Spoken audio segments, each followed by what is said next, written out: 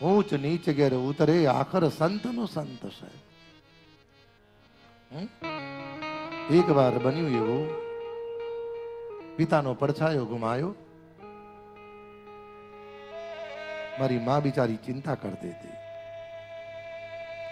પણ મારા પિતાના સંસ્કાર હતા કે વિકટ પરિસ્થિતિ નહીં, કોઈ પણ પરિસ્થિતિમાં ભગવત સ્મરણ છોડવું નહીં સાહેબ. અને સૌથી મોટામાં મોટું બળ છે પરમાત્માનું બળ. કરુણા એ થઈ. આ નામે તમે જુઓ કે કોરોનામાં લગભગ બધાએ બધું ગુમાવ્યું હશે, પણ કોરોનામાં ઠાકર એટલી લાજ તો રાખી કે 2 ટાઈમ જમવાનું તો ભગવાને બધાને આપ્યું સાહેબ. પછી પ્રારબ્ધ કર્મ અંતર્ગત ઘણી વાર એવું બને છે સાહેબ, ભગવાનનો સ્વભાવ છે.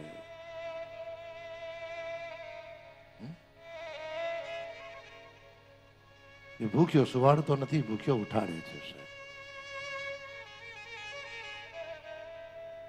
મારી માં એક નિકટમાં બ્રાહ્મણ પરિવારમાં જઈને વંદન કર્યા. ગોર બાપા, પતિનો પડછાયો નથી. અને ઘણી વાર જીવનમાં જુઓ સાહેબ તમે, કે જે ઘરની અંદર દીકરો નાનો હોય અને પિતાનું મૃત્યુ હોય, મૃત્યુ થયું હોય, અને માએ દીકરાને ઉછેરીને મોટો કરે ને,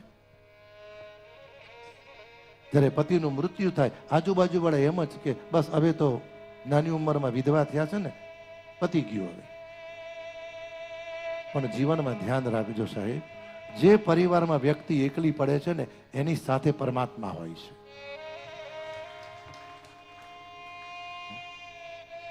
પંદર દિવસ પહેલા એ દીકરામાં કાંઈ હતું નહીં,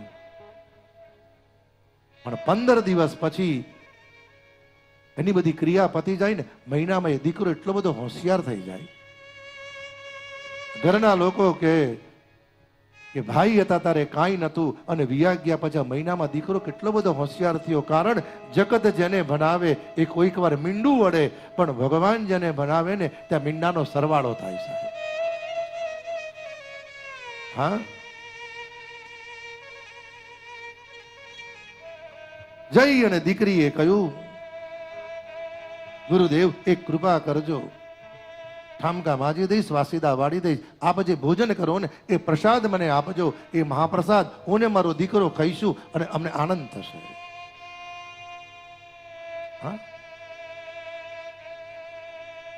એક વાર બન્યું એવું ભાઈ કે છે ને, હા, પૂરવનું પુણ્ય પ્રગટ થયું જ્યારે, પૂરવનું પુણ્ય પ્રગટ થયું જ્યારે, સ્વામી નારાયણ મળ્યા રે ત્યારે, સ્વામી નારાયણ મળ્યા રે ત્યારે, પુણ્ય પુણ્ય બિન મિલે નહીં સંતા, પુણ્ય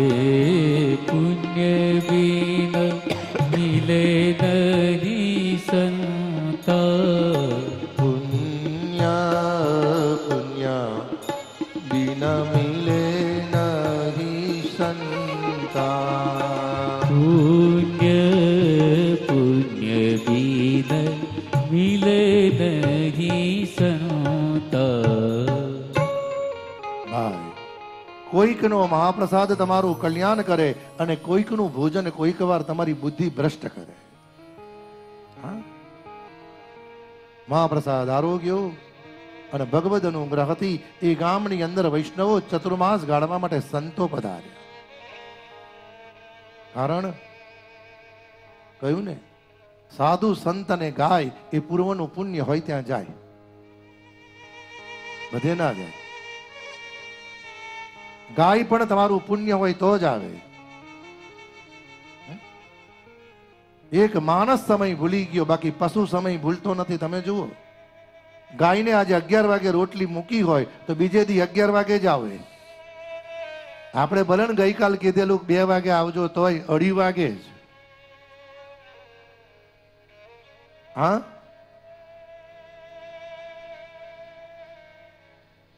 મને તેમ થાય કેટલું વધારે કહું, કેટલું વધારે કહું.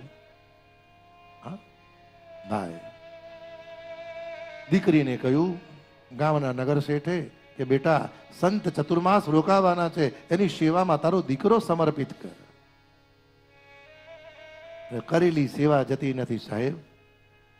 વ્યાસપીઠ પર બેઠો છું ને, તમારા બધાના આશીર્વાદથી સંતોની ખૂબ સેવા કરી, એનું આ ફળ છે સાહેબ.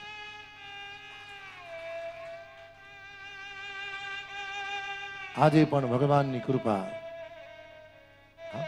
સનાતન ધર્મના અમારા વૈષ્ણવ આચાર્ય, અનેક સંતો, એમાં મહંત સ્વામી અને પ્રમુખ સ્વામીના તો 4 હાથ છે માથા પર સાહેબ. અમારા સંતરામ મહારાજ, વલ્લભકુળમાં અમારા યોગેશ બાબા. યોગેશ બાબા એટલે વલ્લભકુળમાં શ્રી વલ્લભનો અવતાર કહેવાય સાહેબ. અનેક વલ્લભકુળ પધારતા હશે, યોગેશ બાબા કોઈ પણ દિવસ બહાર પધારતા નથી. 24 કલાક ઠાકોરજીની સન્મુખ.